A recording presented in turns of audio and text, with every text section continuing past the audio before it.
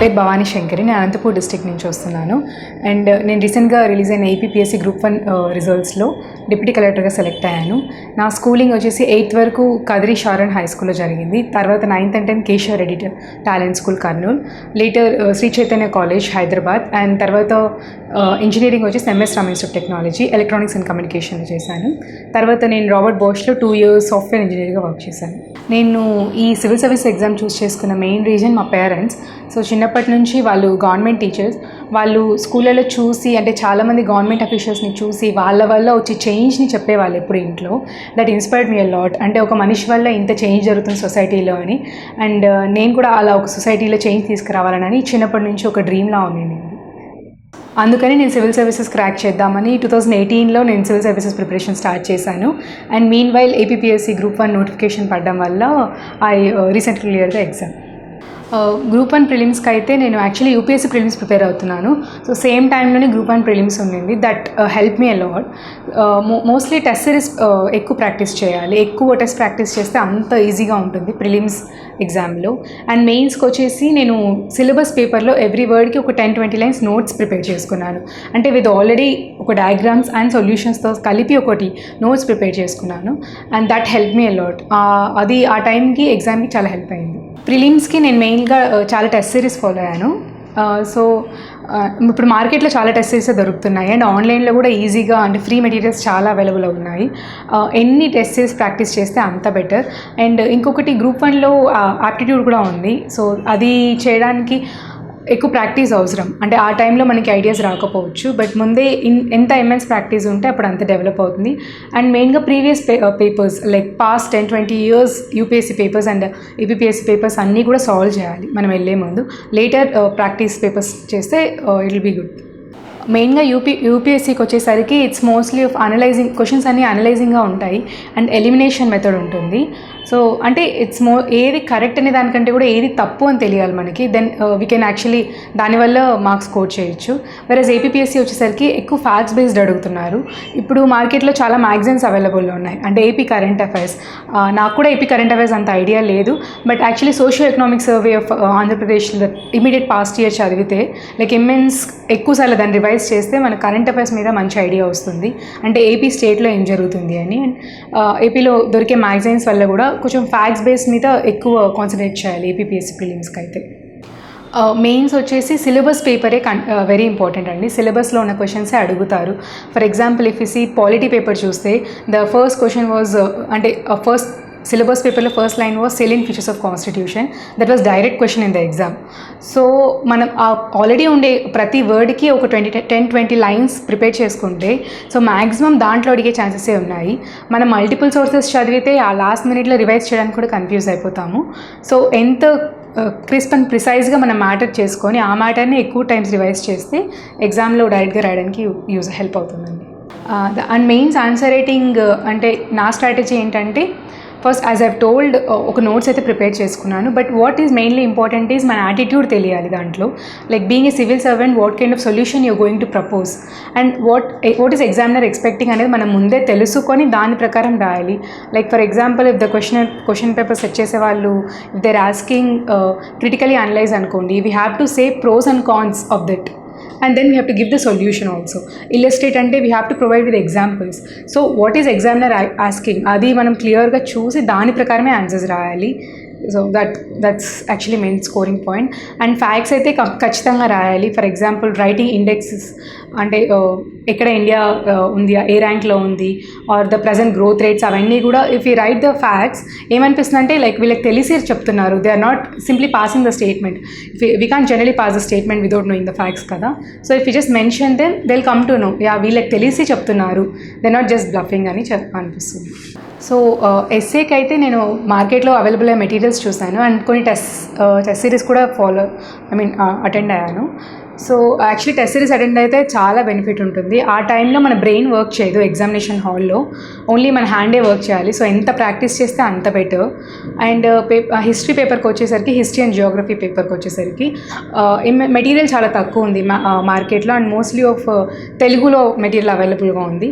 So ఖచ్చితంగా మన notes మనం ప్రిపేర్ చేసుకొని దట్టు ఇంగ్లీష్లో ప్రిపేర్ చేసుకుంటే, because if the people who are writing in Telugu వాళ్ళకి కంఫర్టబుల్ ఉంటుంది, అండ్ ఇంగ్లీష్లో రాసే వాళ్ళకి వాళ్ళ లాంగ్వేజ్లో కంఫర్టబుల్ ఉంటుంది. సో మనం రాసే లాంగ్వేజ్లోనే మనం చదివితేనే అలా ఎగ్జామ్లో ప్రజెంట్ చేయగలము. So that is main important. And whereas polity and ఎకనామిక్స్కి వచ్చేసరికి మోస్ట్లీ కరెంట్ అఫైర్స్ ఫాలో అయ్యాను. అంటే ద ఇమీడియట్లీ పాస్ట్ 5-10 ఇయర్స్లో స్టేట్లో ఏం జరుగుతుంది. అండ్ ఎకనామిక్స్కి ఇందాక చెప్పినట్లు సోషల్ ఎకనామిక్స్ సర్వే చాలాసార్లు చదివాను. So that actually help. అంటే మై ప్లాన్ వాజ్ యాక్చువల్లీ అంటే ప్రతిరోజు అయితే ఖచ్చితంగా చదవాలి, ఒక కన్సిస్టెన్సీ ఉండాలి. It's never about hours. ఒక 10 hours చదివితే వస్తుంది, 16 hours చదివితే వస్తుంది. It was never about like that. ఎన్ని అవర్స్ చదివినా కూడా ఒక క్వాలిటీ, ఒక ఎఫిషియెంట్ ఉండాలి. ప్లస్ మనం ఈరోజు ఇది ఫినిష్ చేయాలి అనుకుంటే అది ఫినిష్ చేసే పడుకోవాలి. అంటే we should be true to our selves అనమాట. సో లైక్ మనం బ్రేక్ఫాస్ట్ ముందు న్యూస్ పేపర్ ఫినిష్ చేయాలి అంటే దాని తర్వాతే బ్రేక్ఫాస్ట్ తినాలి, something like that. Yeah, there is అంటే ఒక ప్రాపర్ షెడ్యూల్ అయితే ఉండాలి ప్రిపరేషన్కి. ఒక మంత్స్ వైజ్ కానీ ఒక 2-3 monthsకి ఒక షెడ్యూల్ ప్రిపేర్ చేసుకుంటే దెన్ వీ కెన్ ఒక టైంకి మనం ఫినిష్ చేసి లాస్ట్ రివిజన్కి టైం ఉంటుంది. అంటే 10 and 20 years బ్యాక్ ఢిల్లీలోనే చదివే వాళ్ళకే సివిల్ సర్వీస్ వస్తుంది అనుకునేవాళ్ళు. అంతకుముందు అయితే ఐఏఎస్ ఐపీఎస్ పిల్లలకు మాత్రమే సివిల్ సర్వీస్ క్లియర్ చేస్తారనుకునేవాళ్ళు. దట్ ఈస్ చేంజింగ్ అండి, స్లో బై స్లో, మెల్లమెల్లగా.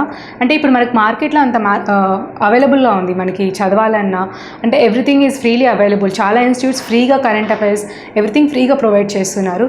So it is not about urban crowd కానీ రూరల్ క్రౌడ్ అని అసలు డిఫరెన్షియేషన్ ఎక్కడ లేదు. ఎవరైనా అనుకుంటే if they really want to achieve goal they can do it. అంత సోర్సెస్ ఉన్నాయి, అంత మెంటర్స్ ఈజీలీ అవైలబుల్ ఉన్నారు మార్కెట్లో. ఫైనాన్షియల్గా కూడా ఇప్పుడు ఏమీ స్ట్రగుల్ లేదు. ఇట్స్ జస్ట్ మనం మన గోల్కి ఎంత హార్డ్ వర్క్ చేయగలుగుతున్నాము అండ్ ఎంత స్మార్ట్ వర్క్ పెట్టగలుగుతున్నాము అనేది మ్యాటర్ అండి. సో కరెంట్ అఫైర్స్కి వచ్చేసి నేను డైలీ న్యూస్ పేపర్ చదివేదాన్ని అండ్ దాని నుంచి నోట్స్ ప్రిపేర్ చేసుకునేదాన్ని. సో న్యూస్ పేపర్లో కూడా ఏది చదవాలి ఏది చదవకూడదు అనేది వెరీ ఇంపార్టెంట్. అంటే ఎస్పెషల్లీ ఎడిటోరియల్స్ మీద చాలా కాన్సన్ట్రేట్ చేయాలి. మెయిన్స్ ఆన్సర్ రైటింగ్లో మనకు వాటిని బట్టి ఒక యాటిట్యూడ్ డెవలప్ అవుతుంది. అంటే ఇలా రాయాలి, ఇలా మన అప్రోచ్ ఉండాలి అని చెప్పేసి. వేరే స్టేట్ కరెంట్ అఫైర్స్కి వచ్చేసి మార్కెట్లో చాలా రెడీ అవైలబుల్ ఉన్నాయి, కంపైలేషన్స్ ఉన్నాయి. సో అవి చాలా హెల్ప్ అయ్యాయి. అండ్ యూపీఎస్సీ కూడా మంత్లీ కంపైలేషన్స్ ఎక్కువ ప్రిపేర్ అయ్యాను నేనైతే. అంటే యూపీఎస్సీకి ఏపీపీఎస్సీకి ఆల్మోస్ట్ సేమ్ ఉన్నాయండి, పెద్ద డిఫరెన్సెస్ ఏం లేవు. ఇంకా ఏపీపీఎస్సీలో we have few extra subjects like AP history and AP economy అని ఎక్స్ట్రా సబ్జెక్ట్స్ ఉన్నాయి. And apart from that everything is same. So రెండింటికి ప్రిపేర్ అవ్వచ్చు. ఫస్ట్ అనేది మన ఎన్విరాన్మెంట్ వైజ్గా సెలెక్ట్ చేసుకోవాలి. అంటే it all depends on the environment అండి. ఇప్పుడు మనకి సమ్టైమ్స్ లోగా ఉంటుంది, సమ్టైమ్స్ అరే ఎందుకు వచ్చాం చదవాలా అన్నట్లు ఉంటుంది. బట్ మన ఎన్విరాన్మెంట్ వైజ్గా ఉంటే దట్ యాక్చువల్లీ మోటివేట్ చేస్తుంది. క్లాస్ రూమ్లో మనం ఓన్లీ 3 hours ఉంటాము, రెస్ట్ ఆఫ్ ద టైం మనం ఫ్రెండ్స్ ఆర్ ఫ్యామిలీతో ఉంటాము. సో వాళ్ళు ఎప్పుడు మోటివేటింగ్గా ఉండేలా మనమే చూసుకోవాలి, అలాంటి ఫ్రెండ్స్నే చూస్ చేసుకోవాలి. అండ్ మన ఫ్యామిలీ మెంబర్స్ కూడా అలాగే సపోర్ట్ చేయాలి. అప్పుడే మనకు కన్సిస్టెన్సీ ఉంటుంది. అండ్ ఎప్పుడైనా లో ఫీల్ అయితే మాత్రం ఎందుకు ఇక్కడికి వచ్చాము అని మనకు మనం క్వశ్చన్ చేసుకుంటే అర్థమవుతుంది. Like when I left the job everyone question me, then I gave some answers like ఇది నా గోల్, నా డ్రీమ్ అని. When I was in low stage they themselves reminded me, so ఇలా చెప్పావు నువ్వు అప్పుడు అంటే oh this is my dream, I can't go back from this అని అనిపించింది. So whenever in low stages just remember why you started. ఇంటర్వ్యూలో mostly మన knowledge అంతా కూడా ప్రిలిమ్స్ అండ్ మెయిన్స్లో టెస్ట్ చేశారు. ఇంటర్వ్యూలో what the testing is attitude. So మనకి యాటిట్యూడ్ అండ్ ఒక పర్సనాలిటీ ఉందా లేదా, ఒక సివిల్ సర్వెంట్ పర్సనాలిటీ ఉందా లేదా అని చెక్ చేస్తున్నారు వాళ్ళు. అండ్ యాక్చువల్గా ప్రిలిమ్స్ అండ్ మెయిన్స్ కంటే ఇంటర్వ్యూనే కష్టం అని చెప్పొచ్చు. అంటే మనం ఏం మాట్లాడినా రివర్స్ క్వశ్చన్స్ అడుగుతారు అక్కడ. ఇంతకుముందు మెయిన్స్లో మనకి తెలిసింది రాయొచ్చు, ఇక్కడ మనకి మొత్తం హాలిస్టిక్ అప్రోచ్ ఉండాలి. ఏ సబ్జెక్ట్స్ గురించి, ప్రతి సబ్జెక్ట్స్ గురించి, ఎస్పెషల్లీ మన గురించి మనకి క్లియర్గా తెలిసి ఉండాలి. That is what they are expecting. అంటే ఒక సివిల్ సర్వెంట్కి ఉండాల్సిన attitude, personality and leadership abilities అన్నీ దే టెస్ట్. సో ఇది 2018 నోటిఫికేషన్ అండి. అప్పటి నుంచి లిటిల్ 2020 వరకు కూడా ఎప్పుడు మెయిన్స్ జరుగుతుందో తెలియదు. ఎవ్రీ 2 monthsకి కంటిన్యూస్గా పోస్ట్పోన్ అవుతూనే ఉంది. అంటే ఇప్పుడు ఎగ్జామ్ అని మనం ప్రిపేర్ అవుతున్నాము అండ్ అగైన్ పోస్ట్పోన్ అవుతుంది. అండ్ ఇంకొకటి ఏంటంటే సేమ్ టైంకి యూపీఎస్సీ ఎగ్జామ్ కూడా ఉంది. సో ఏది కాన్సన్ట్రేట్ చేయాలో ఏది చేయాలో తెలియని సిచ్యుయేషన్. బట్ ఆ టైంలో కూడా స్టిల్ మనము కంటిన్యూస్గా, అంటే మనం డైలీ ఒక టైం టేబుల్ పెట్టుకుంటాం కదా, దాన్నే కంటిన్యూస్గా ఫాలో అయ్యి మనం గోల్ ఏంటి, ఇది మన గోల్. అంటే ఎగ్జామ్ పెడతారు పెట్టకపోతారు, that is different thing. But what we are studying is very important. What we have to study every day in life is important. And never give up అండి, డోంట్ లూజ్ హోప్. అంటే even in the darkest hours మనం we should focused on seeing the light. So అదైతే ఖచ్చితంగా. First అయితే ఇప్పుడు కొత్తగా వచ్చే వాళ్ళకి నేను ఇచ్చే సజెషన్ ఏంటంటే, ఫస్ట్ అయితే అంటే ఎందుకు వస్తున్నారనే దాని మీద క్లారిటీ ఉండండి. This is not a short journey, will take long time. అంటే ఒక మార్క్ మిస్ అయినా will take 1 more year, which is very, అంటే ఈ ఏజ్లో which is very important time మన లైఫ్లో. ఆ ఏజ్లో ఒక ఇయర్ మిస్ అయినా కూడా అది చాలా ఇంపార్టెంట్. సో వచ్చే ముందు ఫస్ట్ ఎందుకు వస్తున్నారు, దేనికోసం అని ఒక క్లారిటీ ఉండండి. ఎగ్జామ్ గురించి క్లియర్గా తెలుసుకోండి.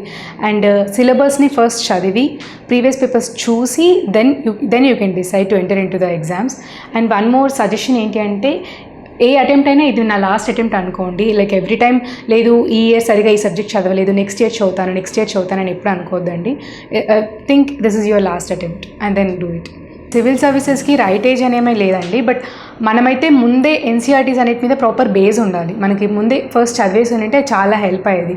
లైక్ ఈవెన్ నా ప్రిపరేషన్ అప్పుడు కూడా I don't know all this. Like direct engineering అయిపోయి జాబ్ చేసిన వెంటనే I came in to the exams. But మీ ఇంజనీరింగ్లో కానీ వెదర్ ఇంటర్మీడియట్ నుంచి కానీ లైక్ ఎన్సీఆర్టీస్ ఫ్రమ్ 5th నుంచి స్టార్ట్ చేసి ఆల్ ద ఎన్సీఆర్టీస్ చదివి దాని మీద ఒక ప్రాపర్ నాలెడ్జ్ సెట్ చేసుకొని ఈ ఫీల్డ్లోకి వస్తే it be more helpful and తొందరగా రిజల్ట్స్ వస్తాయి. మరి ఎక్కువ టైం వేస్ట్ చేయని అవసరం లేదు దీంట్లో.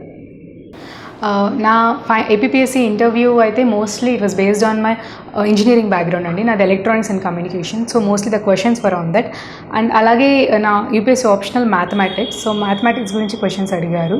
అండ్ అంటే నాకు ఇలా కూడా క్వశ్చన్స్ అడుగుతారని అంటే చదివాము, కరెంట్ అఫైర్స్ చదివాము, స్టేట్ క్వశ్చన్స్ అన్నీ చదివాము. బట్ ఆ టైంలో అలా అడుగుతారని ఐడియా లేకుండా, but actually AKS mock interview తీసుకున్నాక వాళ్ళు కూడా ఇలాగే అడిగారు క్వశ్చన్స్ నన్ను.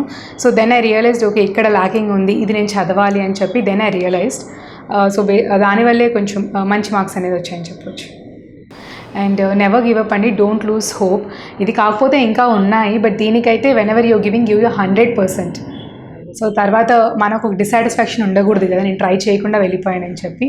But whenever you're giving your 100%, anybody can do this. All the best to all. Thank you. This video is brought to you by AKSIAS.